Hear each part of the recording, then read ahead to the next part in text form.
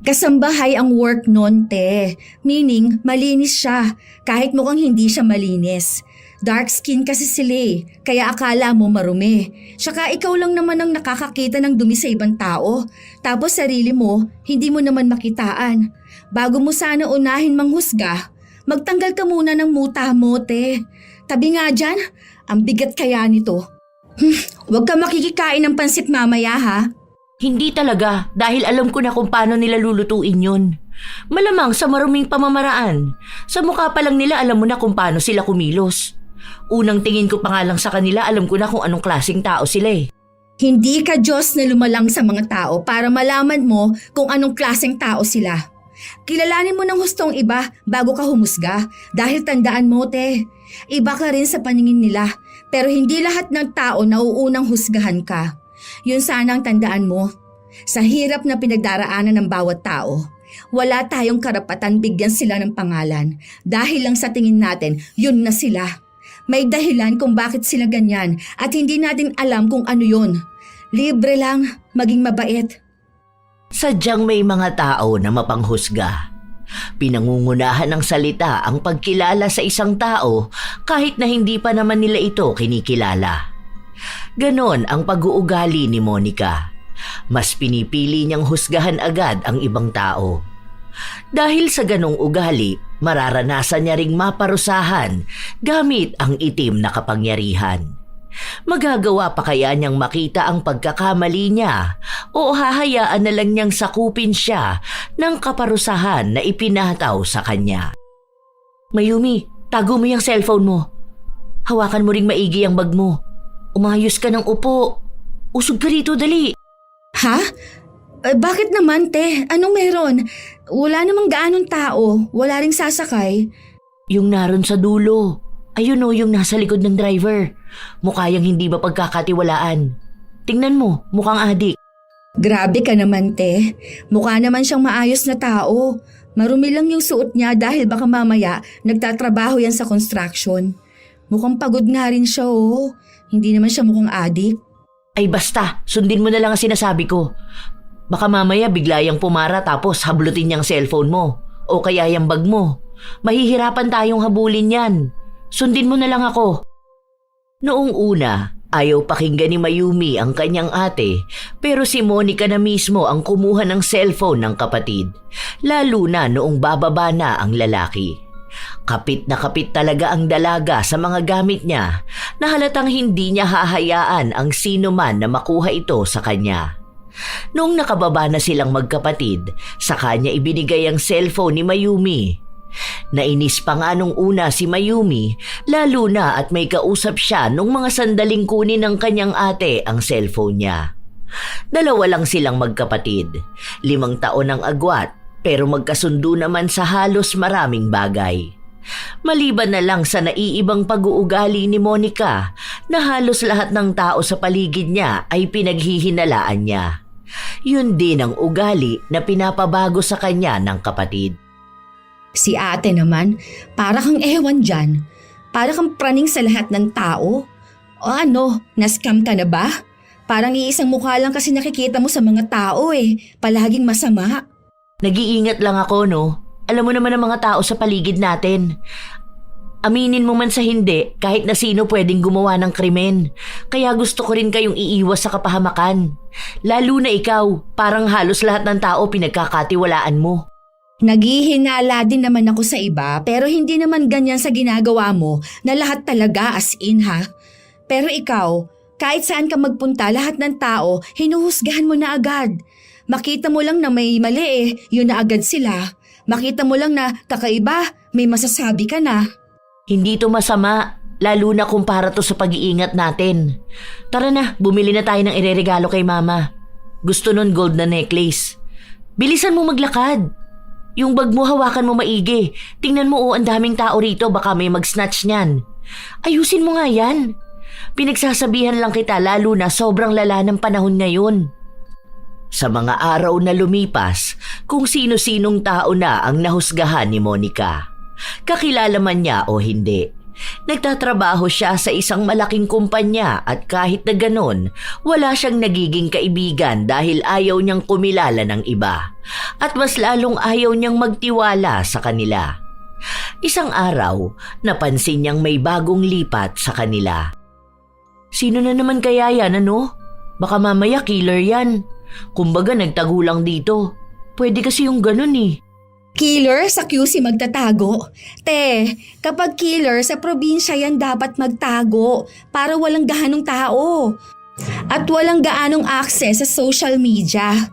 Walang nakakakita sa kanila. Nagtago ka pa kung doon ka pupunta sa madaling puntahan. Ano ka ba? Wala naman sigurong tanga na kriminal, ano? Pwede pa rin naman talaga. Baka bagong labas lang sa kulungan. Tingnan mo nga yung lalaki. Sobrang payat. Baka adik pa yan. Yung babae, okay naman, medyo bata pa.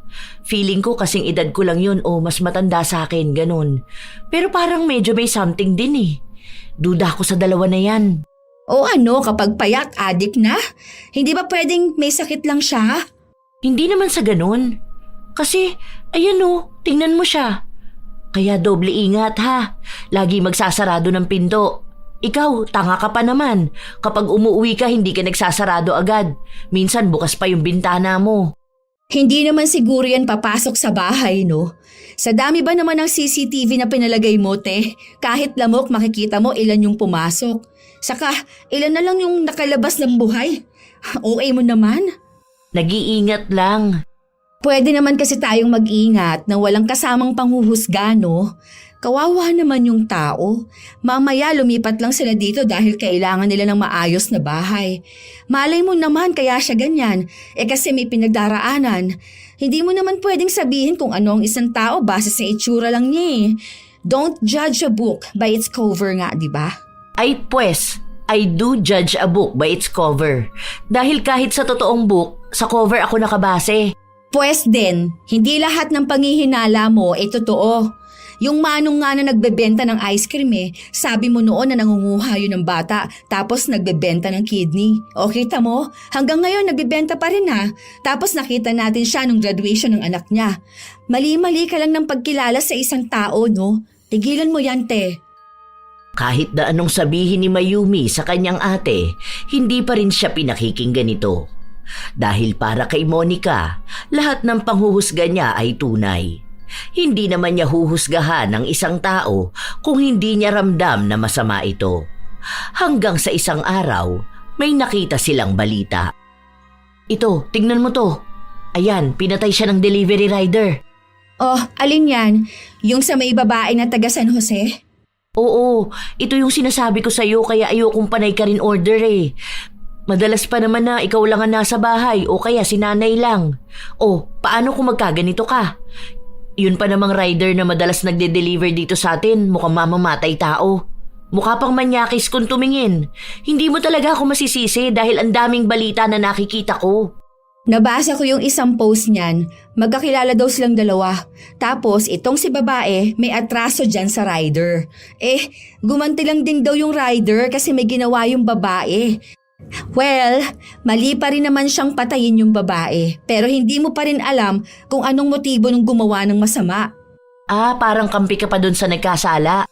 Hindi yun ang ibig kong sabihin, okay? Ang sinasabi ko, yung motibo. Minsan, oo. Minsan ha, hindi ko sinabi na palagi. Minsan kasi, may mga tao talaga na nakakagawa lang ng masama dahil sa pagganti. Pero hindi ko sinabi na tama yon ha. Tulad nung nanay na pinatay yung rapist ng anak niya. Oo, di ba? Parang ganun ba? Basta, kahit na. Wag ka na mag-order online ha. Tingnan mo yung sasakyan mo ha. Send mo sa akin ang plate number ng tricycle para alam ko kung anong sinakyan mo. Te, OA ka talaga. Magkakilala na tayong lahat dito. 20 years ng buhay ko, dito na lang umikot. Kilala nila ako, kilala ko rin buong angkan nila. Huwag ka dyan ha, bye. Ganun talaga si Monica.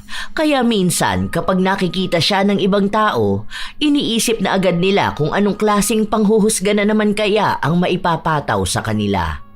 Sa totoo lang, may mga nakaaway na si Monica pero wala pa ring nagbabago sa kanya. Ilang beses na rin siyang pinagsabihan ng kanyang mga magulang pero hindi talaga siya nagbabago. Hanggang sa isang araw, nasa palengke siya. Bumibili ng gulay kung saan nakita niya ang isang babae na pamilyar sa kanya. Parang kilala kita. Ako yung bago niyong kapitbahay. Lagi kitang nakikita kapag papasok ka na ng trabaho. Yung panganay ni Aling Diyosa. Kaya pala parang nakita na kita. Kasama mo yung lalaki na payat? Ano mo yun? Asawa ko. Oh, asawa mo yun? Kumusta naman ang age gap? Magkasing edad kami. 25 kami pareho. 25 ka pa lang? Ay, sorry. Nagulat lang ako kasi magkasing edad lang pala tayo. Sige, okay na yan. Magkano yan lahat? 376 lahat. Nagmamadaling umuwi ang dalaga dahil ang dami niyang nais na sabihin sa kanyang kapatid.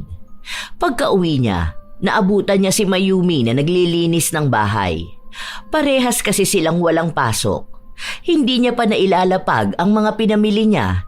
Ibinalita niya agad sa kapatid ang nalaman niya. Bakit naman mukha silang matanda? Alam mo, baka nagdadrugs yung mga yun ano? Maaga kasi nakakapagpatanda ng mukha kapag ganun eh. Kaidaran ko lang sila pero akala ko nasa 40s na sila. Tapos yung boses ng babae, hindi ko na itanong ang pangalan. Parang gasgasado. Sus, akala ko naman kung anong sasabihin mo. Pinahinto mo pa ako sa pagmamap ko. Hindi naman sila mukhang adik, no? Baka naman matured lang tignan. Pwede naman kasi yung ganun eh. Minsan nga may mas bata sa'yo pero matured ang mukha. Hindi Iba talaga yung pakiramdam ko sa kanila eh. Baka gumagamit talaga yun ng pinagbabawal na gamot. Wala naman kasi sa mukha yun. Alam ko rin naman tumingin ng mukha kung mukhang adik ba. Ganun. Pero siya, hindi ko naman nakikitaan na mukhang adik eh. Mali lang talaga yung pagkakakilala mo dun sa tao, te. Huwag mo naman agad husgahan yung mukha ng tao. Hindi Kahit sa mukha pa lang, alam mo na kung anong klase siya ng tao. Bakit ikaw? Ang bait mo tingnan, mukhang anghel, pero yung ugali mo naman kakaiba. Akala mo kung titingnan ka parang hindi ka mapanghusga. Nagsasabi lang ako kung anong nakikita ko, no? Ay, maglilinis na lang ako ng sala, kesa madamay akong magkasala. Bahala ka na dyan, te. Napapailing na lang si Mayumi sa inaasta ng kanyang kapatid. Kahit naman tao na hindi dapat husgahan ay hinuhusgahan ito. Isinumbong din ni Mayumi ang kanyang ate kaya pinagsabihan ito ng kanilang mga magulang. Ilang araw pa ang lumipas habang kumakain mag-isa sa labas si Monica, napansin niya ang isang babae. Hindi naman niya ito kilala pero may panghuhusga na agad sa kanyang mga mata. Ano ba naman yung babae na yan? Wala man lang ba siyang respeto sa sarili niya? Nakakaloka naman, ang iksi na nga ng palda niya, nakatube pa. Pokpok ata yan eh. Ang landi siguro niyan. O kaya baka naging kabit yan. Baka kabit yan ang kasama niya. Ang tanda na niya na. Ilang taon na yan Kung tutuusin baka lolo na niya yan. O kaya tatay niya. Hay, unang kita mo pa lang talaga sa isang babae, makikita mo na agad kung anong klase siyang tao. Bakit ba may mga ganyang babae? Hindi na nahiya. Pumwesto ang dalawa sa lamesa na katapat niya. Hindi na siya nagsasalita pero sa utak niya puno na ng panghuhusga sa babae. Kung ano-ano na rin ang tumatakbo sa kanyang utak. Kung paano maging malandi ang babaeng hindi niya kilala at kung paano ring magloko ang lalaki sa asawa nito para lang pumatol sa isang babaeng bayaran. Hanggang sa narinig ni Monica na tawaging tatay ng babae ang kasama nitong lalaki. Kasunod na umupo sa tabi nila ay isang ginang na tinawag naman niyang nanay. Doon niya lang nalaman na magulang yun ang babae na sinasabihan niyang malandi. Pero kahit na nagkamali na siya sa kanyang panghuhusga, hindi pa rin siya nakaramdam ng kahit na anong hiya o konsensya. Habang naglalakad siya pauwi, nakasalubong niya ang bago nilang kapitbahay. May hawak siyang bag, kaya mahigpit niya itong niyakap. Ito na nga ba ang sinasabi ko eh. Adik tong lalaki na to. Tingnan mo. Kapag ito lumapit sa akin, ako ipapalo ko sa ulo niya tong tumbler na hawak ko. Sige lang, lumapit ka rito, hayop na adik ka. Lumiko sa tindahan ang lalaki. Bibili lang pala ito at napagkamalan lang ni Monica na sa kanya papunta dahil sa dinaraanan niya ang lokasyon din ng tindahan. Hanggang sa nakauwi siya ng bahay nila, yakap na yakap siya sa kanyang bag. Naabutan naman niya ang kapatid na nakahiga sa sofa at nanonood. Para namang mawawala sa'yo yung bag mo na yan. Kulang na lang pakasalan mo yung bag mo. Munti ka na kasi yan mas-snatch sa akin eh. Ha? Bakit? Paano? Pagsakay sa jeep? Sa pilahan ba? Hindi, dyan lang mismo sa atin papasok. Malapit kina Aling Mireng. Oh, bakit naman may snatch dyan? Ano yan, kukunin ng kakilala natin? Te, walang snatcher na kukuha ng gamit mo. Lalo na kung alam nilang kapitbahay ka lang nila. Kung ano-ano naman yung ino-overthink mo dyan, dalulo ka. Totoo yung sinasabi ko. Kunwari pa yung bago nating kapitbahay na bibili sa tindahan. Pero kita ko tingin niya kanina nasa bag ko. Over naman yan sa pagbibintang. Yung asawa na naman niya ni Thea, no? Ewan ko kung sino siya. Basta yung adik din na babae. Malamang kapag adik, kahit sino tinatalo nun. Saka ilang buwan pa lang sila dito, no? Baka kaya bagong lipat sila kasi nga may kaso sila. Mukha silang kriminal. Grabe ka naman magsalita sa mga yun. Ewan ko talaga ha kung hindi ka makahanap ng katapat mo. Diyan sa ugali mong yan, aba, maraming maiinis sa'yo niyan. Grabe kang manghusga ng tao eh. Wala namang ginagawa sa'yo. Aba, alangan namang hintayin ko pa na may gawin sa akin. Nag-iingat lang ako, no? Iba ang panahon na to. Lahat kayang gumawa ng masama. Lalo na yung mga mukhang kriminal. Okay, sige. Sabi mo yan eh. Patuloy na nagsasalita si Monica habang ang kapatid niya naman ay nagpatugtog na lang. Magkaiba talaga ang kanilang ugali.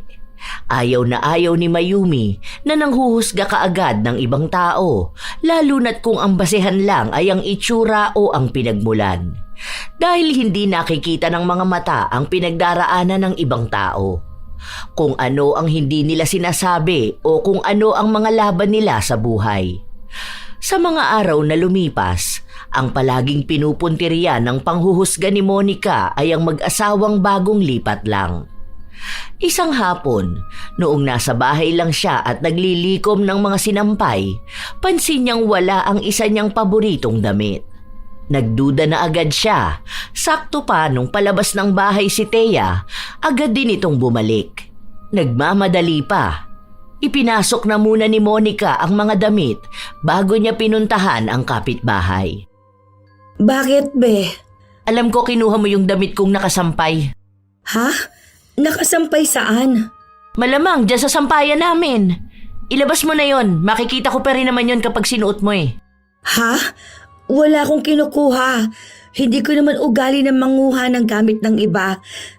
Saka ano naman ang gagawin ko dun?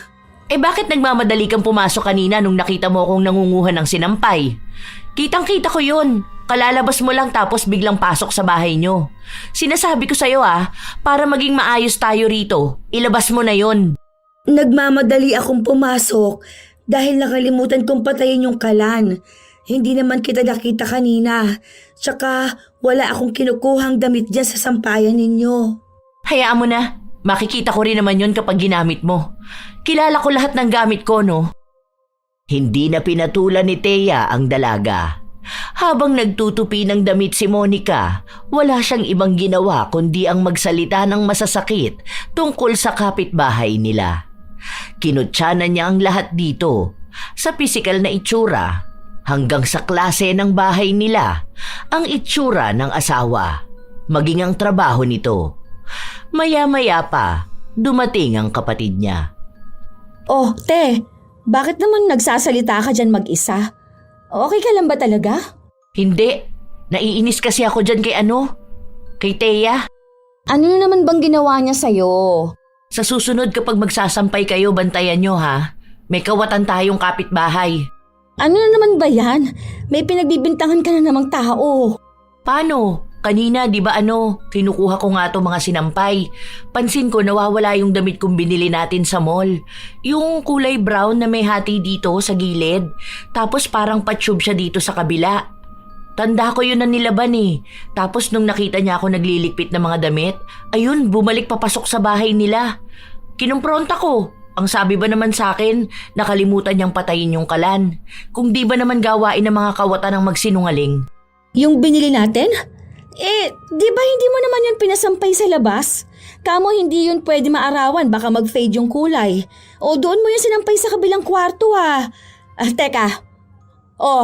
Ayan nga nakahanger pa dyan. Ayan ba yun? Sinilip ng dalaga ang sinasabi ng kapatid niya. Doon niya nakita ang damit na hinahanap niya. Hindi ito nawala. Nakalimutan niya lang na doon niya pala nailagay. Humingi ka na sorry, te. Kawawa naman yung tao. Kinumpronta mo pa. Hindi ka pa nasiyahan na husgahan yung itsura nila. Pinagbintangan mo pa talaga na magnanakaw. Ikaw tong hindi alam kung anong ginawa mo sa mga gamit mo. Uy, bakit? Masisisi mo ba ako na nagduda agad ako? Paano ba naman kasi? Bakit siya biglang magmamadali nung nakita niya ako? Ibig sabihin nun, kinabahan siya. Malay mo naman, hindi ka niya nakita. Tapos naalala niyang hindi niya napatay yung kalan. Ganun ako minsan Kapag yung utak ko biglang nakaalala ng gagawin ko, nagmamadali din ako tapos hindi ko na alam kung sino mga taong nasa paligid ko. Kasalanan mo yan. Kasi pinangunahan mo agad ng panghuhusga. Kawawa sa'yo mga tao talaga. Mag-sorry ka, huy. Hindi humingi ng tawad si Monica dahil para sa kanya, wala naman siyang naging kasalanan. Ilang araw pa ang lumipas, ang dami niyang taong nahusgahan, pero kahit na napapatunayan niyang mali siya, hindi niya pa rin inaamin na mali nga siya. Walang paghingi ng tawad. Hanggang sa dumating ang isang araw, may kapitbahay sila na nanghihiram ng pwedeng paglutuan ng handa para sa anak nito na may kaarawan noong araw na yon. Ay, hindi kami basta nagpapahiram ng kaserola, be. Hindi kasi pwede yung ganon. Kasi baka magkahawahan ng sakit eh. Sumagot ang babae na wala naman daw silang sakit at noon pa man nanghihiram na sa kanila ng gamit. Sakto na wala sa bahay ang mga magulang ni na Monica at siya lang ang naiwan sa bahay kaya sa kanya nagsabi. Hindi talaga. Ayoko eh. Si mama kasi maawain. Pero hindi niya alam kung ano yung risk kapag nagpapahiram ng gamit sa ibang tao. Kahit na hindi niyo sabihin, halata naman na may sakit kayo. Yung anak mo sobrang payat, tapos ikaw naman nangingitim yung ilalim ng mga mata mo. Hindi naman sa panghuhusga ko ha. Kung ano yung nakikita ko, yun lang din naman ang sinasabi ko. Pasensya ka na. Hiram ka na lang sa iba. Hindi na umapila pa ang babae dahil alam niyang hindi pa rin naman siya pakikinggan ni Monica. Mabilis na lumipas ang oras hanggang sa nakauwi si Mayumi kasama ang mga magulang nila. Ma, saan dito? Itong malaking lutuan ba? Oy, saan mo yan dadalhin? Tumawag kasi si Ate Ani kanina. Ang sabi niya, nanghihiram daw siya sa'yo kanina kaso hindi mo pinahiram. Wag na yan, hayaan mo siya. Dapat kasi kapag alam nila na gusto nila maghanda, bumili sila ng gamit nila. Hindi yung nanghihiram sila. Minsan lang naman yun manghiram, te. Tsaka nagbabalik naman sila. Mukhang may sakit yun eh. Ang papayat nilang pamilya. Baka mamaya mahawaan pa tayo. Payat na talaga yung lahi nila. Walang sakit yun, no? Mas healthy pa nga sila kesa sa'yo. Saka mukha silang marumi. Parang hindi naglilinis, ganun. Kaya malamang kapag nagpahiram sa kanila, marumi lang din ibabalik. Kasambahay ang work nun, te. Meaning, malinis siya, kahit mukhang hindi siya malinis. Dark skin kasi sila kaya akala mo marumi. Tsaka, ikaw lang naman ang nakakakita ng dumi sa ibang tao, tapos sarili mo hindi mo naman makitaan. Bago mo sana unahin manghusga, magtanggal ka muna ng muta mo, te. Tabi nga dyan, ang bigat kaya nito. Huwag kang makikikain ng pansit mamaya ha. Hindi talaga dahil alam ko na kung paano nila lulutuin yun. Malamang sa maruming pamamaraan. Sa mukha pa lang nila alam mo na kung paano sila kumilos. Unang tingin ko pa nga lang sa kanila alam ko na kung anong klaseng tao sila eh. Hindi ka Diyos na lumalang sa mga tao para malaman mo kung anong klaseng tao sila. Kilalanin mo ng hustong iba bago ka humusga. Dahil tandaan mo, te, iba ka rin sa paningin nila. Pero hindi lahat ng tao nauunang husgahan ka. Yun sanang tandaan mo. Sa hirap ng pinagdaraanan ng bawat tao, wala tayong karapatang bigyan sila ng pangalan. Dahil lang sa tingin natin yun sila. May dahilan kung bakit sila ganyan at hindi natin alam kung ano yun. Libre lang ang maging mabait. Then, libre lang din naman manghusga. Bakit? Kailan ba tumama ang panghuhusga mo? Hindi palagi, pero may tumatama. Ibig sabihin lang nun, tama pa rin akong kumilala ng iba. Ay, ang hirap mong kausap, te. Yan dapat ang hinuhusgahan. Hindi na nakipagtalo pa si Mayumi sa kanyang kapatid. Kahit na ilang araw o linggo ang lumipas, kung ano-anong kwento ang naririnig ni Mayumi mula sa kanyang ate. Pero lahat ng yon ay kinokontra niya naman, lalo na kung may kinalaman sa panghuhusga sa isang tao. Ayaw na ayaw kasi ni Mayumi ng ganon, lalo na kung ang hinuhusgahan ay taong kahit pangalan ay hindi nila alam. Madalas na ganon ang ate niya. Kahit saan ito magpunta ay may hinuhusgahan siya. Lahat na ata ng taong makikita ng mga mata niya. Isang araw, habang nasa grocery sila, may napansin si Monica. Kita mo yung babae na yun? Hindi nahihiya ano? Bakit naman siya mahihiya? Kumakain lang naman siya. Kababaeng tao kakain ng ice cream tapos tatawa ng ganyang kalakas? Ay, hindi yata ako na-inform na bawal palang kumain ng ice cream ang mga babae habang tumatawa kasama ang mga kaibigan. Uy, kailan pa ba yun pinatupad, ha? I mean, ang sagwa kasi tingnan. Paano kung makita ng mga lalaki ang ganyan? Parang wala kasing respeto sa sarili yung mga babae na ganyan eh. Malandi siguro yan. Kung kani-kanino na lang yan sumasama. Baka mamaya may HIV na yan. Grabe ka naman, te. Nakita mo lang kumain ng ice cream kung kani-kanino ka agad sumasama. Paano kung jolly lang siya? Sino ba naman hindi tatawa kapag kasama ang mga kaibigan mo, di ba? Saka, hindi mo siya kilala, te. What if kaya siya ganyan kasaya kasama yung mga kaibigan niya kasi may problema siya sa bahay nila? Oh, tas kumakain sila ng ice cream. Malay mo, libre ng friend niya para gumaan yung pakiramdam niya.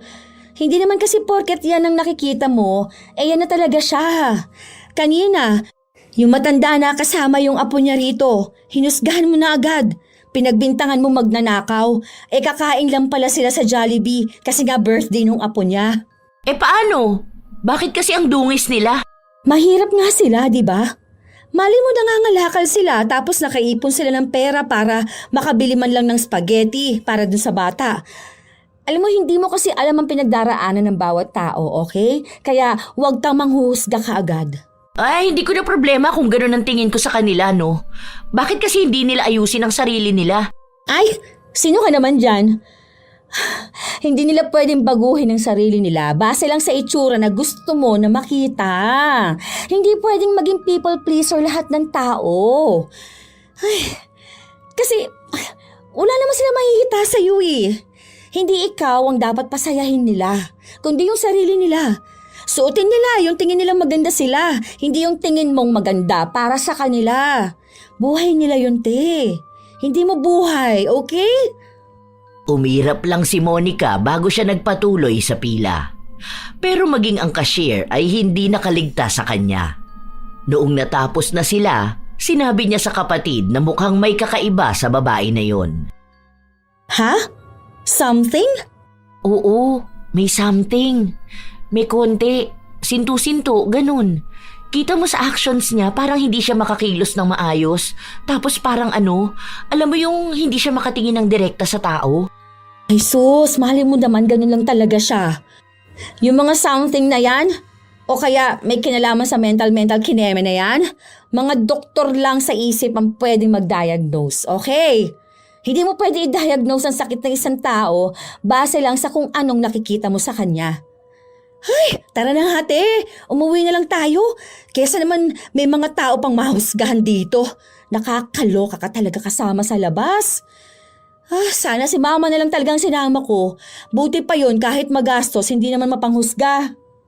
Pinagpipilitan pa rin ni Monica kung ano ang sinabi niya. Isang araw, may nakuha na naman silang balita sa isa nilang pinsa na nagkaroon ng problema sa pinansyal. Hindi pa naman ito naaakusahan sa kasong ipinapataw sa kanya. Pero mukhang may hatol na agad sa kanya si Monica.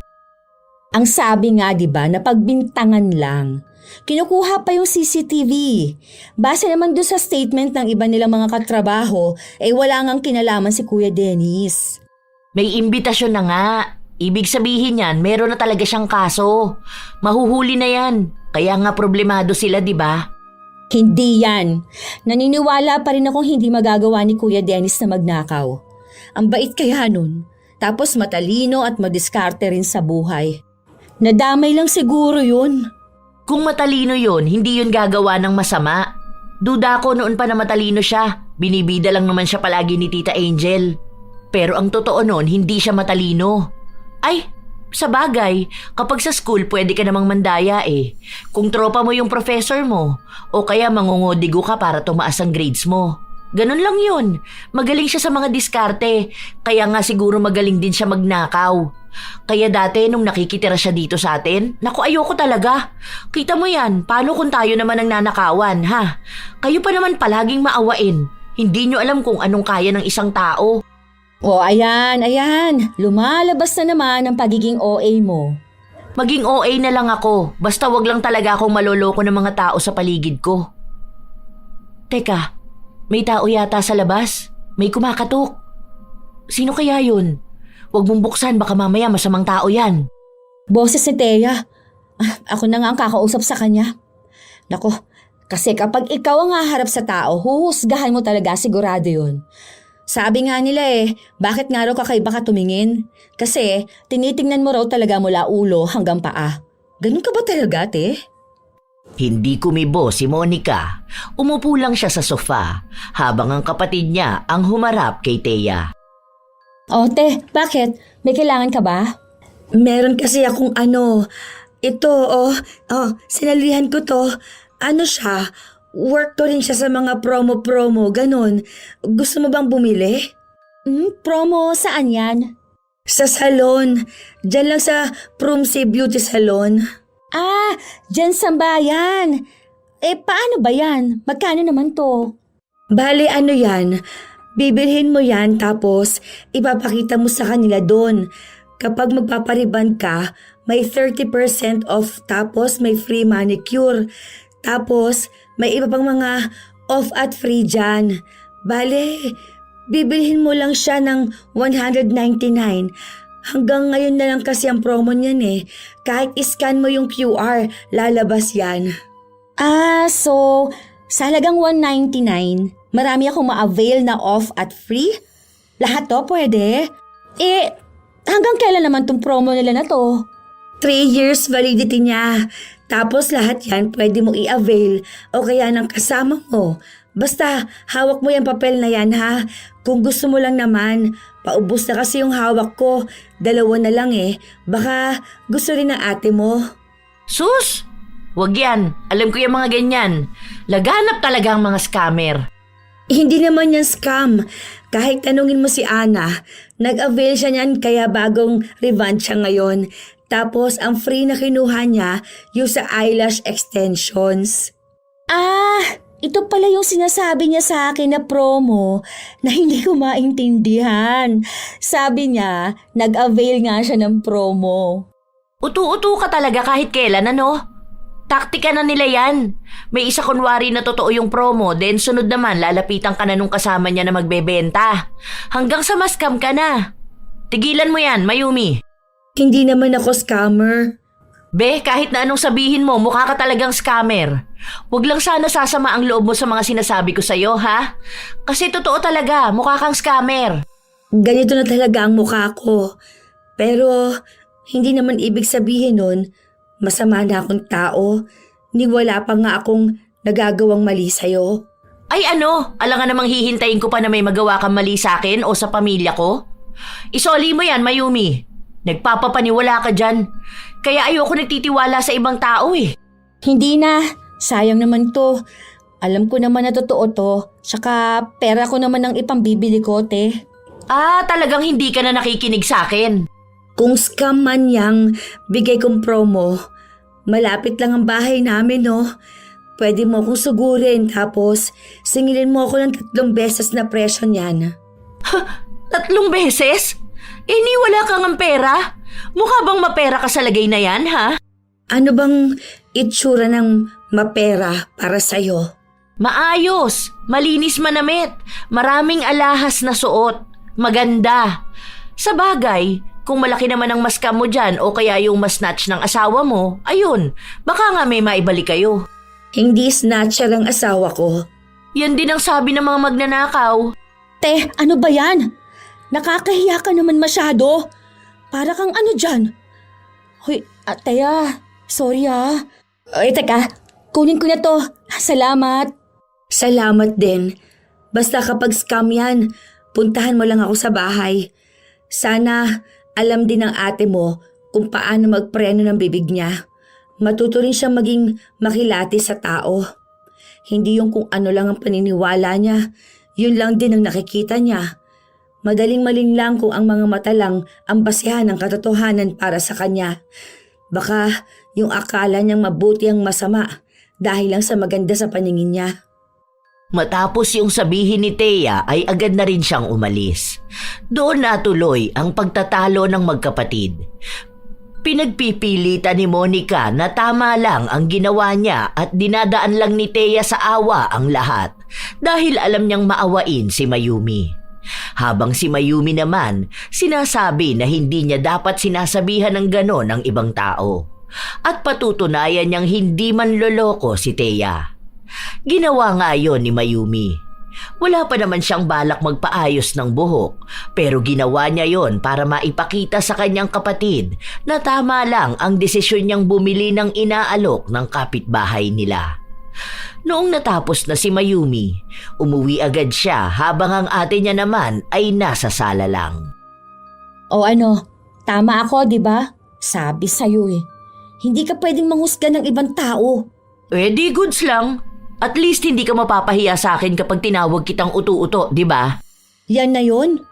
Ganyan lang ang attitude ay papakita mo sa akin, te. Hoy, seryoso ka na ba? Ano? Walang sorry?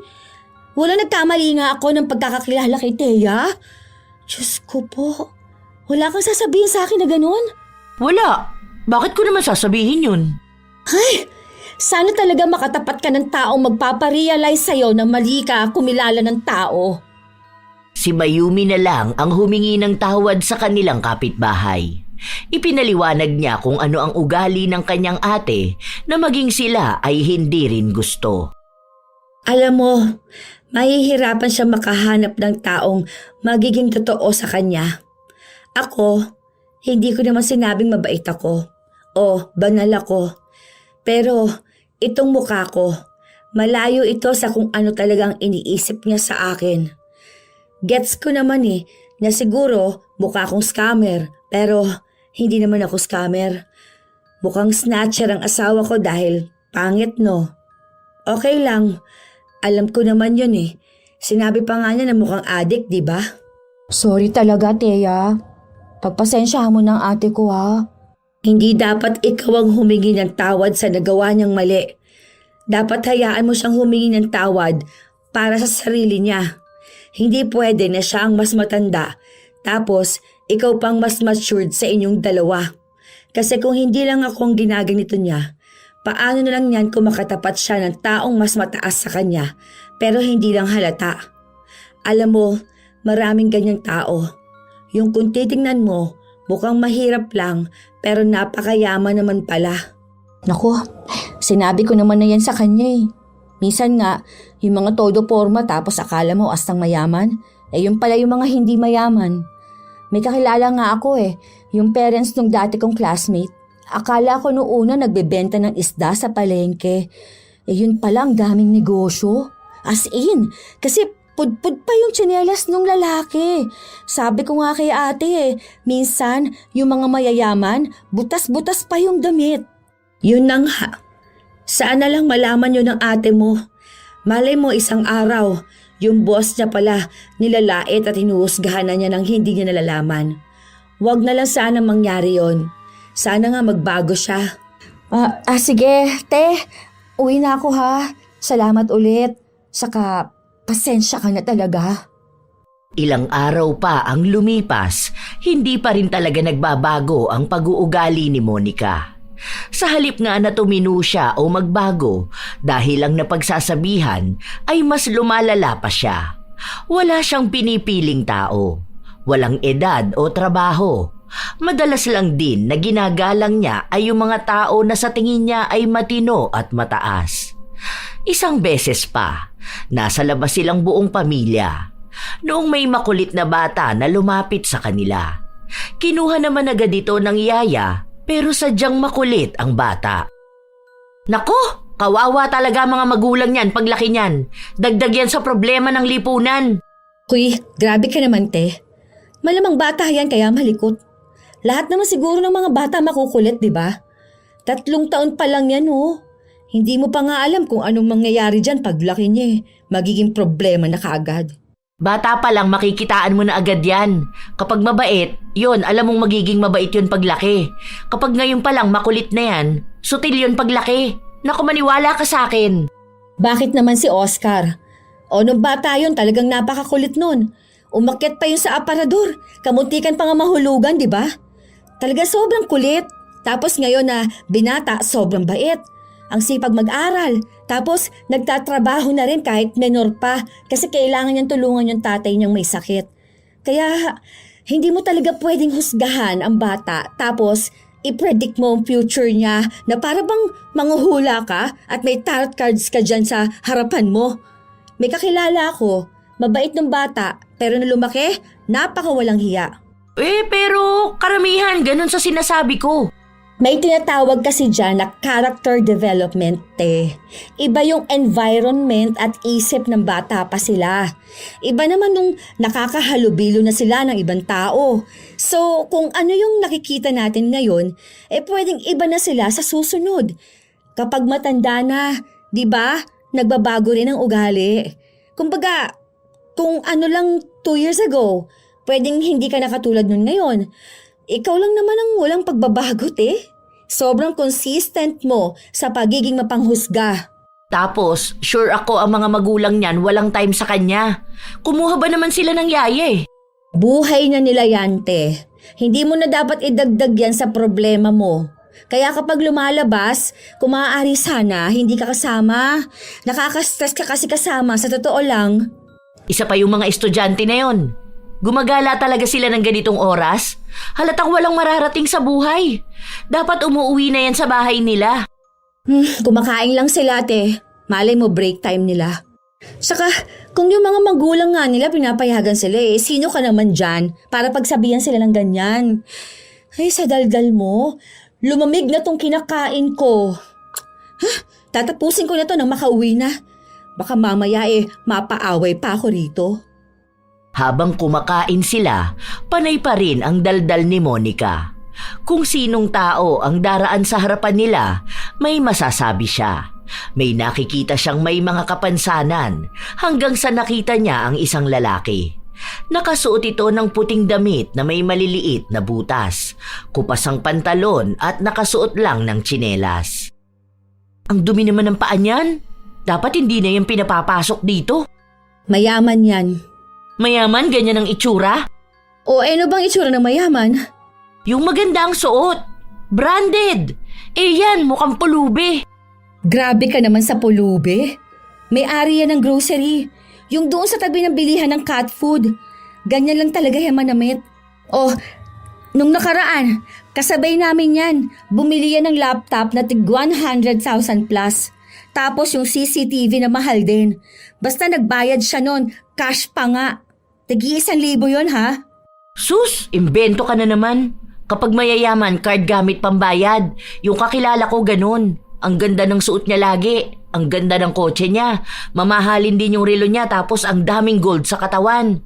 Ganon ang totoong mayaman. Hindi naman kasi lahat ng mayaman nagpapakita ng yaman, no? Yung iba, mas komportable kapag simple lang. Saka, kung totoong marunong kang tumingin, yung relo niya na suot mahal kaya yan. Baka naman imitation lang yan. Baka napulot niya, tapos sinuot niya kahit hindi gumagana.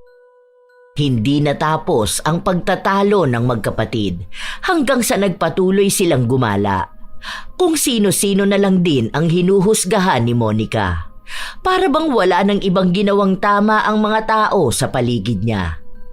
Ilang sandali pa, tumigil sila sa isang pwesto kung saan naroon ang gustong laptop ni Monica. Kapag ako talaga yumaman, bibiling ko kaagad yan. Ang mahal niyan. Grabe specs kasi niyan eh. Bagong labas yan, nasa 170k yan. Ngayon siguro medyo bumaba kahit 10k. Pangarap ko talaga yan. Habang pinagpapantasyahan ng dalaga ang pangarap niyang laptop, kinuha ito ng lalaki na kaninang hinusgahan niyang pulubi. At kitang-kita mismo ng mga mata niyang binili ito. Nakaramdam siya ng hiya pero hindi niya pinahalata sa kapatid. Umalis na rin agad siya. Ang pangarap niyang matagal niyang pag-iipunan, ganun lang kadaling nabili ng taong walang maayos na kasuotan. Linggo na ang lumipas. Nasa bahay si Monica. 3 araw silang walang pasok sa trabaho, kaya nasa bahay lang siya kasama ang pamilya. Te, pwede ba ako makisuyo? Ano na naman ba yun? Bili mo naman ako ng diaper. Anong gagawin mo sa diaper? Kapag malakas ang mens ko kasi, hindi to kaya ng napkin lang. Nakalimutan kong bumili sa grocery nung malaking napkin. Kaya sige na, bilisan mo na ate ha. Oo na. Ito na nga eh. Yung large ate ha. Tapos paabot na rin ako ng gunting para guntingin ko yung gilid. Thanks! Walang ganang lumabas ang dalaga pero siya lang naman ang pwedeng lumabas. Habang nasa tindahan siya, saka naman dumating si Thea kasama ang asawa niya. Sakto noon na inilapag ni Monica ang kanyang pitaka.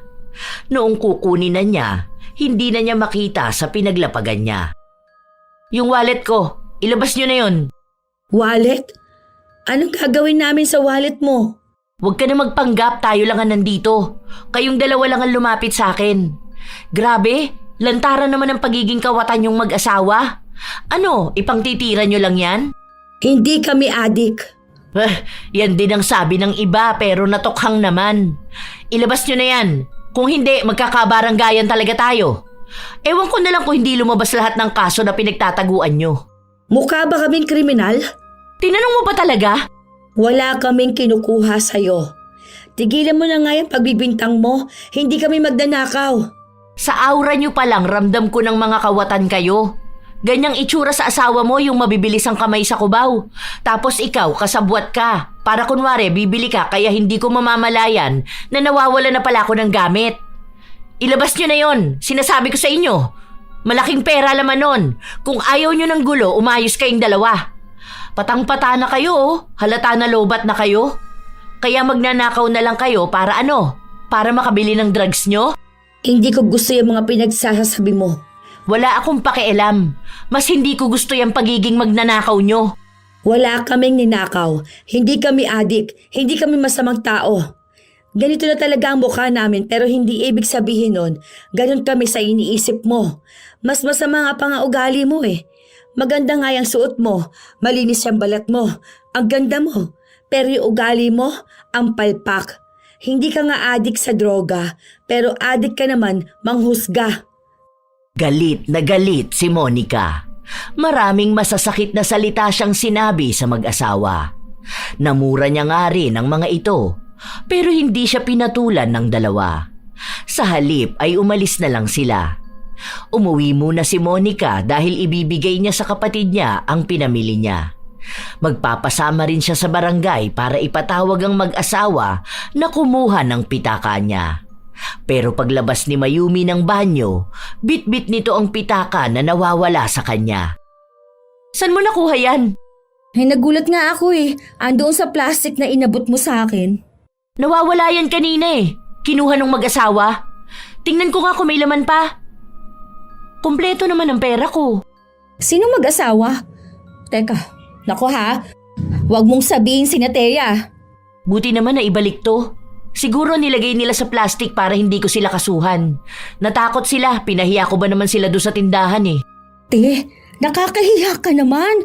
Sila ang nakakahiya. Mga adik, kaya nagnanakaw na lang sila sa kapwa nila. Hindi naman tama yung ganon, ano? Baka naman naipasok mo lang sa plastic nang hindi mo namamalayan. O tapos namahiya ka pa ng tao. Alam ko na yun ang ginawa nila, no? Natakot talaga sila sa akin. Nakita nilang palaban ako at hindi basta-basta magpapatalo. Palibasa talaga kapag mga adik, mga magnanakaw Napapailing na lang si Mayumi dahil sa ginawa ng kanyang ate. Sa mga araw na nagdaan, palagi pa ring nagkakaroon ng problema si Monica sa mag-asawa kahit na wala naman itong masamang ginagawa sa kanya. Para bang kahit na anong gawin ni Thea, nakikitaan niya ng mali. Isang araw, nagising na lang si Monica na ang dami niyang butlig-butlig sa mukha at katawan. Nagpunta siya ng ospital pero pamahid lang muna ang ibinigay sa kanya. Kasunod na araw, natuyo ang mga butlig pero nag-iwan ito ng maiitim na marka na nagpadumi sa kanyang katawan. Hindi lang yon ang problema niya dahil may kakaibang amoy ang lumalabas sa kanyang katawan. Kasabay pa na ang buhok niya ay naging buhaghag at kitang-kita ang malalaking balakubak. Nung pauwi siya sa trabaho, wala siyang masakyan kaya nag-book na lang siya ng motor. Pero nung pasakay na siya, sinabi ng driver na kanselahin na lang niya dahil mukhang hindi niya kayang isakay si Monica. Baka raw may nakakahawa itong sakit. Hindi naman nakakahawa tong sakit ko. Saka wala akong sakit, no? Ang kapal naman ng mukha mo. Masyado kang judgmental na tao. Ikaw nga amoy putok Saka halata sa mukha mo naman nyakis ka. Dapat di ka nalang magtrabaho ng ganito kung maarte ka. Buwisit to. Gusto ko lang naman makauwi. Hindi siya pinakinggan ng driver, kaya wala siyang nagawa kundi ang sumakay ng jeep. Habang nakaupo siya, nakikita niya ang itsura ng mga taong kasakay niya. Lahat sila ay may mapanghusgang tingin. May pandidiri na para bang nakakahawa ang anumang nasa katawan niya. Anong tinitingin-tingin niyo dyan, ha? Ang papangit niyo naman. Ikaw, mukha kang may sayad. Tapos ikaw naman lalaki ka, akala mo ang gwapo mo mukha ka namang adik. Baka mamaya nakatingin ka sa akin kasi gusto mong isnatch yung kwintas ko. Ganyan talaga gawain ng mga magnanakaw. Nagalit ang mga tao na pinagtuturo niya. Muntikan pa nga siyang mapababa ng jeep. Ilang araw na ganon ang ginagawa niya. Halos parami ng parami ang nakakaaway niya, pati na rin sa trabaho nila. Isang araw dahil wala siyang pasok, mag-isa lang siya sa bahay. Maya-maya pa ay may kumatok sa pinto nila. Bakit? Anong kailangan mo? Naisip ko lang baka need mo to. May promo silang buy one take one Sa Derma to, para dyan sa mga dark spot mo. Ayoko nga. Alam ko na yung pang-scam mo na ganyan. Hindi mo ako maloloko, no? Kilala na kita. Alam ko karakas mong ganyan. At kailan naman ako ng scam? Sinong kilala mo na na-scam ko? Parang wala kasi ako matandaan. Ay nako, marami na. Pero hindi ko nasasabihin kung sino ang mga yun. Kahit na hindi naman nila sabihin na scam mo sila, kita ko naman sa'yo Magbebenta ka ng promo na yan. Bakit hindi mo gamitin sa sarili mo? Nang umayos ka naman tingnan. Para hindi ka na paghahalataan na adik. Kaya ganyan ang nangyayari sa'yo dahil ang sama ng ugali mo. Masama lang ang ugali ko kapag tama ang sinasabi ko. Takot ba naman ang mga tao sa katotohanan di ba? Kaya nga naiinis ka sa akin. Ewan ko. Basta ako alam ko sa sarili ko kung anong klaseng tao ako. Hindi ko naman kailangan magpaliwanag sa'yo. Hindi namin kailangan ipaliwanag ang sarili namin dahil kahit naman anong sabihin namin, paniniwalaan mo kung ano yung naging panguhusga mo. Nanguhusga ka rin naman ng walang batayan. Takot ka lang talagang aminin kung ano ba yung totoo. Kung hindi ka magbabago, baka mas malala pa yung mangyari sa'yo. Baka siguro malalaman mo lang na mali ang manghusga ng tao kapag ang tao na mismo ang manghuhusga sa'yo pabalik. Ano? Hindi pa ba sabat yung sinasabi nila na dugyot ka kaya ka naging galisin? Na mukha kang hindi ka raw naliligo kaya ang baho mo? Tapos ang dami pang balakubak? Sino nagsabi niyan? Idedemanda ko. Oh, bakit naman nagkaroon na ng demandahan ngayon? Hindi ba? Ganyan naman yung gawain mo. Hindi ka nga namin dinemanda nung pinagbintangan mo kami adik. nung sinasabi mo kami ang nagnakaw ng wallet mo. Dahil wala naman kayo pera pandemanda, di ba? Paano mo nasabi? Halata naman sa mga ginagawa mo eh. At sa itsura mo na wala kayong pera. Hindi ko naman mababago yung pag-iisip mo na ganyan. Sige, kung ayaw mo nito, edi wag. Umirap lang si Monica. Buong araw siyang nakasimangot lang. May mga bagong lumitaw kasi na sugat. Lapitin pa nga ng langaw, kaya minsan hindi niya napapansin na parang inuuod ang sugat niya. Kahit anong ipahid niya, walang nangyayari. Kapag naman tatakpan niya ang sugat, mas lalo namang lumalala. Isang beses pa, halos 1 linggo siyang hindi pinapasok sa trabaho dahil na rin sa sugat niyang nakakadiri kung titingnan. Ayusin mo na lang. Ano kayang pwede kong gawin dito? Bakit kahit wala namang langaw parang may uod? Yung as in super liit lang.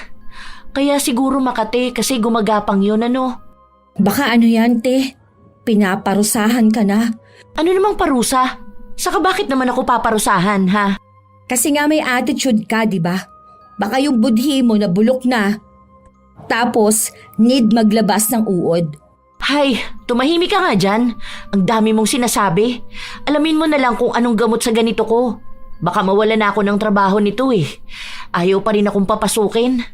Baka raw mahawaan ko sila. As if naman nakakahawa to, di ba? Saka ang aarte nila. Halata namang hindi sila naliligo. Hindi ako sa nanghuhusga ha. Totoo yun.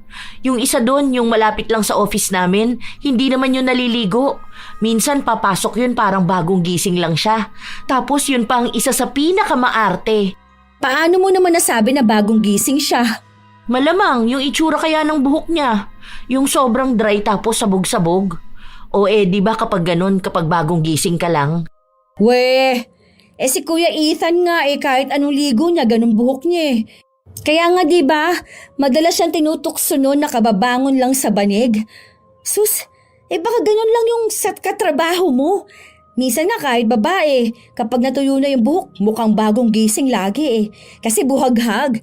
Kaya hindi mo masasabi kung hindi ba naligo ang isang tao dahil lang sa itsura ng buhok niya.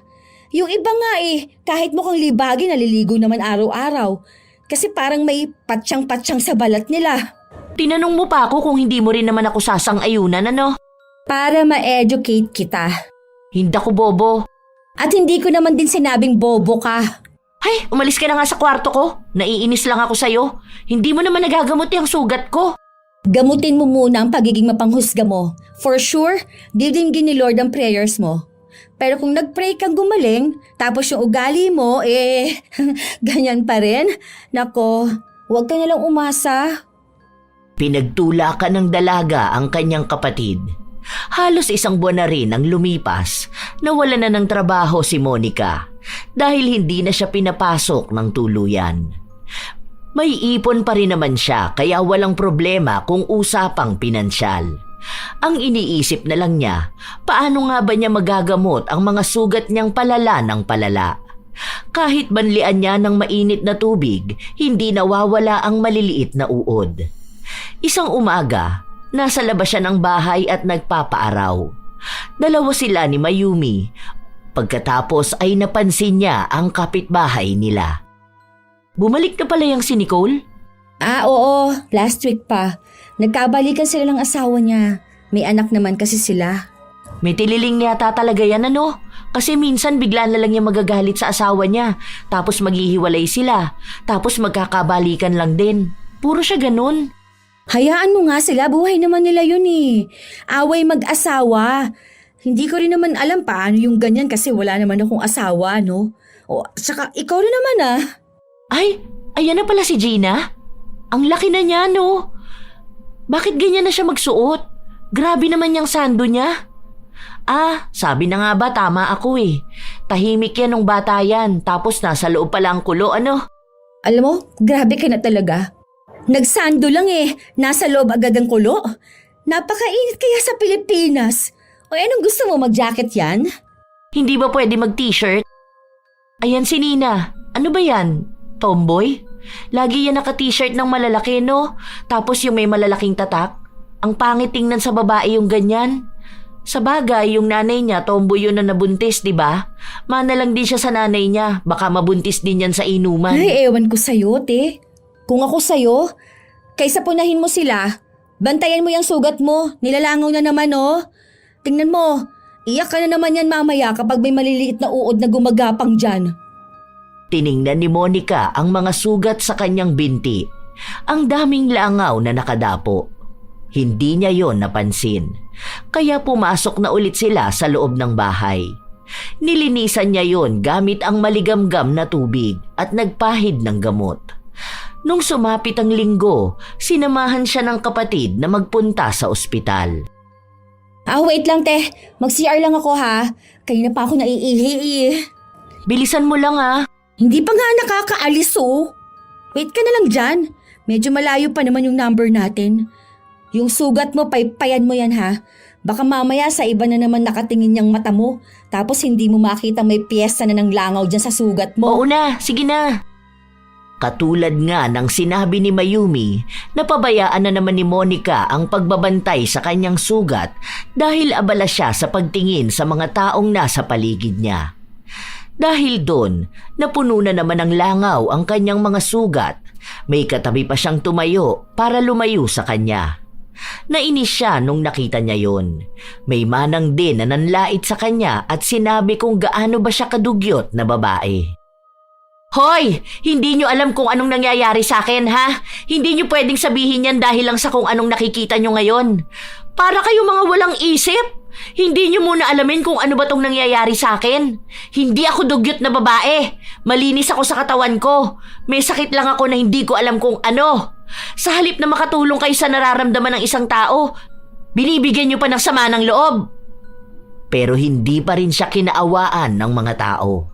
May nagsabi pa nga sa kanya na siguro ay hindi niya inaalagaan ng maayos ang kanyang sarili, kaya ganun na lang ang kinahantungan ng kanyang katawan. Hindi lang isang tao, kundi halos lahat ng naroon ay nagsalita ng masasakit sa kanya. Hindi na niya matiis kaya tumayo na siya at umalis. Doon niya nasalubong ang kapatid. Oh, bakit umalis ka naman sa pila? Malapit ka na ba? Ayoko na. Uwi na ako. Tara na, umuwi na lang tayo. Bakit? Ano ba kasi nangyari, hoy? Hoy, ano ka ba? Ba't umiiyak ka? Paano? Bakit naman kasi ganun sila sa akin, ha? Bakit ang dami nilang sinasabi tungkol sa akin? Hindi nga nila alam kung ano bang pinagdadaanan ko. Naghihirap din naman ako, no? Nanghuhusga na agad sila. Di bali sana kung yung mga tingin nila sa akin, yung mga naririnig kong masasakit na panghuhusga, nakakatulong sa paggaling ko. Kaso, hindi eh. Mas lalo lang silang nagpapalala. Ewan ko, bakit ba ang sama nila? Bakit ba ganun sila sa akin? Alam mo, te, naaawa ako sa'yo sa totoo lang. Pero kasi, hindi mo ba gets?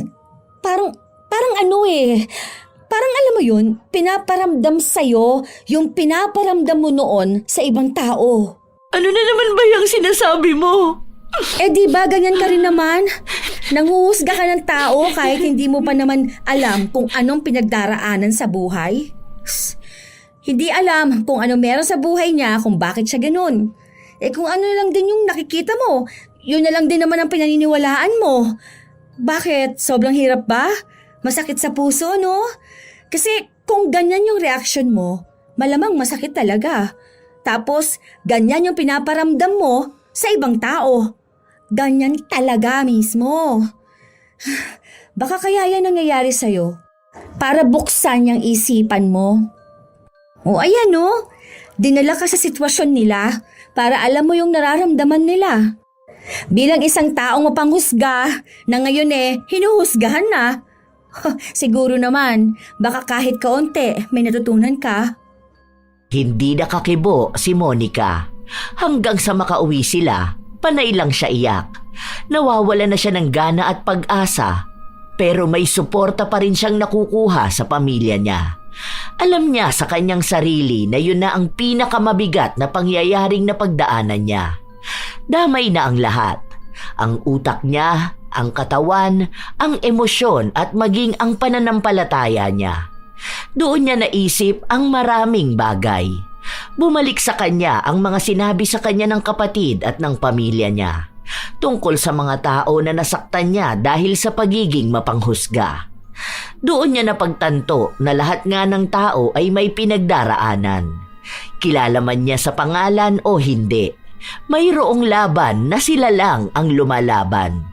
Kaya bakit niya nagawang husgahan ang isang taong hindi naman niya natulungang lumaban sa buhay?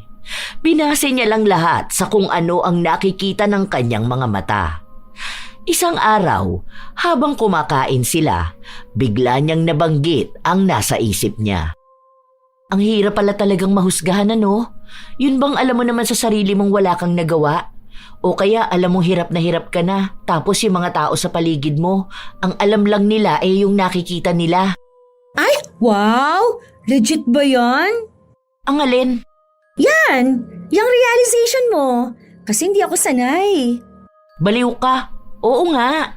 Nitong mga nakaraan bigla ko na lang yung naisip. Kasi ang nakikita ko lang kung ano sila mismo. Pero isang bahagi lang pala yun ng buhay nila. Sa likod nung nakikita ko, yung sakit, takot at pangangailangan nila sa buhay na hindi ko alam. Tapos nakakasakit ako. Nagbibigay ako ng dagdag pasanin sa kanila. Imbis na makatulong man lang ako ako pa mismo yung dagdag sa problema nila. Wala lang, yan lang ang naisip ko. Siguro kasi nga napagdaanan mo rin. Oo, nakita ko na ang dali lang para sa isang tao na manghusga pero napakahirap unawain kung bakit ganun ang isang tao. May nabasa nga ako na bawat tao may kanya-kanyang pinagdaraanan sa buhay. Yung kasabay mong tumawid sa kalsada, pwedeng may problema siya sa pamilya. Yung nakasakay mo sa jeep uuwi kasi namatayan. Yung isang nakasabay mong bumili ng pagkain, yun pala yung unang beses niyang magbibigay ng reward sa sarili niya dahil nakaya niyang lumaban sa buhay. Yung kung sino mang nakita mo lumalaban sa sakit o kaya kagagaling lang sa sakit. Ganon. Sobrang lawak ng mundo. Sobrang daming nangyayari sa bawat tao. Kaya hindi mo pwedeng sabihin kung anong klase siyang tao dahil siya lang ang nakakakilala sa sarili niya. Sa totoo lang ay natutuwa ang pamilya ni Monica sa inaasta niya, sa mga napagtatanto niya nitong mga nakaraang araw. Dahil doon, nakikitaan din nila na nagiging mabuti na si Monica. Hindi man ganun kabilis at perpekto, nakikitang may pagbabago sa pag-uugali niya. Hindi na niya hinuhusgahan ang bawat taong nakikita niya. May kakaiba man o pangkaraniwan. Mas inuuna niyang isipin na bawat reaksyon o ugali ng tao ay may pinanggagalingan. Mag-iisang taon ng ganon ang kalagayan ni Monica. Nahihirapan na siya, pero hindi pa rin siya nawawalan ng pag-asa. Isang araw, nagpunta sila sa simbahan para magpatulong ulit sa pagdarasal na bumuti na siya. Nananalig siya sa kapangyarihan ng Diyos, nagagaling siya sa anumang dinaramdam niya. Nung pauwi na sila, nasa lubong niya pa si Thea kasama ang asawa nito. Thea, wait lang. Bakit? May kailangan ka ba sa akin? Ah, wala naman. Ano lang, sana, hihingi ako ng tawad sa nagawa ko sa'yo. I mean, sa inyo ng asawa mo. Yung panghuhusga ko sa inyo. Yung pagbibintang ko na ninakaw nyo ang wallet ko. Alam ko na hindi nyo yun ninakaw dahil kasalanan kong hindi ko napansin na inilagay ko pala sa plastic. Hindi ko alam kung bakit parang paus ka magsalita o kung bakit ang payat ng asawa mo. Tapos tinawag ko pa kayong adik. Tapos snatcher. Sorry ha. Sorry din sa pagtawag sa yung scammer. O kung anumang mga naitawag ko sa inyo na hindi tama. Sorry. Patawarin mo ko. Wala na yon. Hindi rin naman ako nagtatanim ng sama ng loob sa ibang tao. Saka nakikita ko naman na nagbabago ka na talaga. Sana nga totoo na yan. Sana rin tuloy mo yung ganyan. Kasi sa totoo lang, makikita mo kung gaano makabuluhan ang mundo kapag nilawakan mo ang pananaw at pag-unawa mo. Yun na nga rin ang napansin ko. Ang dami kong nakita na noon hindi ko nakikita. May mga paliwanag pala talaga sa lahat ng bagay. Sana mas lalo din tayong magkakilala. para maging magkaibigan tayo. Para din makakuha ko ng maraming promo at discount sa kung saan-saan. Nagtawanan silang dalawa na para bang yun na ang simula ng pagkakaibigan nila. Ilang linggo pa ang lumipas, palaging nagdarasal si Monica na gumaling na siya. Gusto na niyang makalabas ulit at makita ang mundo. Doon na rin nila unti-unting nakikita na umaayos na ang kalagayan ni Monica. Hindi nila sigurado kung sadyang parusa yon o may taong gumawa ng pambabarang sa kanila. Basta ang alam na lang ng dalaga, bumabalik na ulit ang kanyang sigla. Tingnan mo medyo okay na siya no? Hindi na siya yung parang may lalabas na uod. Ano? Meron pa bang lumalabas na uod? Wala naman akong nararamdaman. Hindi na rin naman ako nilalapitan ng langaw. Tingnan mo, patuyo na ang mga sugat ko, di ba? Oo, marks na lang talaga ang tatanggalin mo dyan. Kapag magaling na talaga yan, bili ka na lang ng Kojic. Puputi ka na ulit niyan. Saka sana pati yung budhi mo. Loko ka! Lagi mo akong inaasar! Joke lang. Pero alam mo, happy naman ako na maayos ka na. Sana wag ka na ulit-uulit na maging mapanghusga ha. Kaya hindi ka nagkakaroon ng boyfriend eh. Hoy, ang galing mo naman. Magkakaroon na ako, no? Ay, buti naman para hindi ka tumandang dalaga, no? Nako, kapag ikaw tumanda kang dalaga, huhusgahan talaga kita na kaya ganon kasi masama ang ugali mo. Titingnan din pala natin kung makukuha ng anak mong ugali mong ganyan, halaka. Hindi na. Wala nang magiging mapanghusga sa pamilyang to. Siguro meron pa rin pero slight lang. Doon na nagsimulang maghilom ang mga sugat ni Monica. Sa panahon ngayon, inaalagaan niya pa rin ang sarili niya para mawala na ang mga marka. Pumupusyaw naman na yun pero nakikita pa rin ang ilan. Pero wala na siyang ibang pinoproblema. Naging magkaibigan na rin silang dalawa ni Thea. Ang dami nilang napag-uusapan tungkol sa kung ano-anong mga bagay sa buhay nila. Naging magkakilala sila ng husto at doon lang din talaga naunawaan ni Monica ang mga panghuhusga na ginawa niya noon. Nakaramdam siya ng awa, kaya lagi siyang humihingi ng tawad kapag naaalala niya yon. Nagkaroon na rin ng bagong trabaho si Monica kung saan naging kasundo niya ang mga kasama niya. Doon niya rin nakilala ang lalaking naging nobyo niya. Si Mayumi naman, nakapagtapos na rin ang pag-aaral at mas lalo silang naging magkasundo na magkapatid. Minsan talaga, may mga tao na inuuna ang panghuhusga. Inaakala nila na kilala na nila ang isang tao base sa kung ano lang ang nakikita ng kanilang mga mata. Pero hindi nila alam kung ano ang masamang dulot nito, hindi lang sa kanila kundi maging sa taong hinusgahan nila. Tunay na lason ang panghuhusga. Bago magsimulang husgahan ng kapwa, unahin muna ang mag-isip. Hindi lahat ng tahimik ay may itinatago at hindi lahat ng kakaiba ay masama ang intensyon. Minsan, ang pinagmumula ng kakaibang kilos ay pagod, takot o sakit na hindi natin nakikita. Maging maingat sa pagbibigay ng opinyon. Hindi lahat ng iniisip natin ay kailangang sabihin at hindi lahat ng napapansin ay kailangang bigyan ng kahulugan. Ang pag-iingat ay iba sa panghuhusga. Maaari tayong maging mapagmatsyag ng hindi naninira at maging maingat ng hindi nanlalait.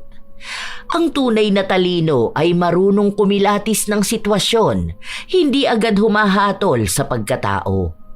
Matutong makinig bago magdesisyon. Ang pakikinig ay pintuan ng pag-unawa. Kapag binigyan natin ng pagkakataon ng isang tao na magsalita, mas nagiging malinaw ang kabuuang kwento. Doon natin mauunawaan na may dahilan ng bawat kilos at may pinanggagalingan ang bawat pagkakamali. Hindi ito nangangahulugan na kinukonsinti ang mali, kundi binibigyan ng dignidad ang tao sa likod ng pagkakamali. Kapag puno ng hinala ang isip, nawawala ang kapayapaan ng puso. Ngunit kapag pinili ang pag-unawa, nagkakaroon ng katahimikan at mas magaan na pakikitungo sa kapwa. Tandaan na lang na hindi natin alam ang laban na pinagdadaanan ng bawat isa. Kaya mas mabuting maging mahinahon sa salita at mapagpakumbaba sa pagtingin. Ang mundo ay mas magiging magaan kung mas marami ang uunawa kaysa huhusga. Minsan talaga mga apo, hindi natin sinasadya na mauna ang panghuhusga kaysa sa pangunawa. Ngunit sana, huwag namang umabot sa punto na lagi na lang panghuhusga ang mas mananaig. Kayo ba mga apo, naging mapanghusga ba kayo agad? O may kilala kayo na katulad ni Monica? Kung gayon, maaari niyong ibahagi yan sa amin kasama na rin ang inyong opinyon sa ating kwento. Naway may aral kayong natutunan. Ito ang inyong Lola Telang at maraming salamat sa palagi ninyong pakikinig mga apo.